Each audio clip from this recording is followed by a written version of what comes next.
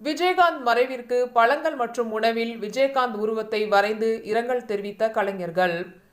தேமுதிக நிறுவனரும் நடிகருமான விஜயகாந்த் நேற்று காலை உடல்நலக்குறைவினால் உயிரிழந்தார். அவரது உடல் பொதுமக்கள் அஞ்சலிக்காக சென்னை தீவுத்திடல் பகுதியில் வைக்கப்பட்டுள்ளது. இன்று மாலை சென்னை தேமுதிக அலுவலகத்தில் அரசு மரியாதையுடன் அடக்கம் செய்யப்படுகிறது.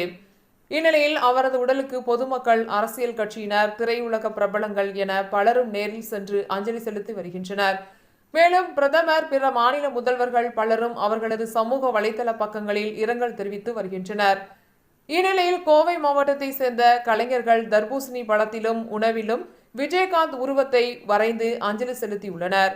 கோவை பீளமேடு பகுதியில் வசித்து வரும் சந்தோஷ் என்பவர் காய்கறி அலங்காரம் செய்யும் தொழில் செய்து வருகிறார். இவர் தர்பூசணி பழத்தில் விஜயகாந்த் உருவத்தை செதுக்கி அஞ்சலி செலுத்தியுள்ளார். அதேபோல் குனியமுத்தூர் பகுதியை சேர்ந்த UMT ராஜா என்ற நகை வடிவமைப்பு கலைஞர் பசியாரும் சோற்றில் விஜயகாந்த் என்ற தலைப்பில் சாப்பாட்டில் மஞ்சள் பொடியை கொன்று விஜயகாந்த் உருவத்தை வரைந்துள்ளார். விஜயகாந்த் இல்லத்திற்கு யார் சென்றாலும் அனைவருக்கும் அவர் உணவளிப்பவர் என்பதால் உணவில் மஞ்சள் பொடியை கொண்டு அவரது உருவத்தை வரைந்து அஞ்சலி செலுத்துவதாக தெரிவித்துள்ளார்.